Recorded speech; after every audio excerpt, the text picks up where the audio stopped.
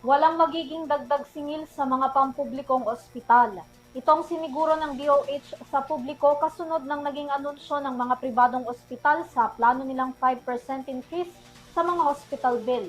Giit ng Kagawaran ng Kalusugan, sila ang hahanap ng financial sources sakali mang magkaroon ng epekto sa mga pagamutan ang krisis sa langis at hindi ito ipapaako sa mga pasyente.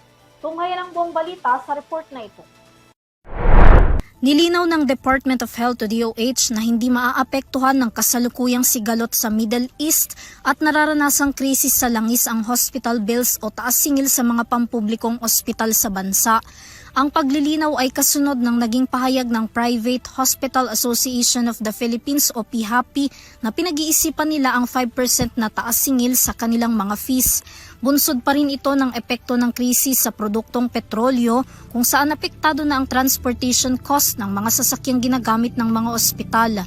Ayon kay Undersecretary at Spokesperson Albert Domingo, walang magiging taas singil sa mga pampublikong ospital na hawak ng DOH, kabilang na ang mga government-owned and controlled corporations o GOCCs, kahit pa magtuloy-tuloy ang tensyon sa gitnang silangan at taas presyo sa mga produktong petrolyo dito sa bansa.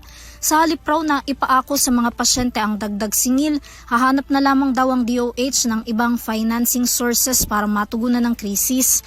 Sa ngayon, sinabi ng kalihim na hindi pa nararamdaman ng mga DOH hospital ang oil crisis at nananatiling sapat pa rin ang supply ng kanilang mga pangunahing pangangailangan. Sa kabila nito, hindi na raw nila kontrolado pa ang magiging desisyon ng mga pribadong ospital sakali mang ipatupad ng mga ito ang dagdag na singil. Samantala, ang St. Luke's Medical Center naglabas na ng kanilang pahayag at sinabing hindi sila magpapatupad ng anumang dagdag singil sa kanilang mga serbisyong medikal. Nananatili raw nakatuon ang kanilang mga serbisyo sa bawat pamilya at individual na nangangailangan ng medikal na atensyon.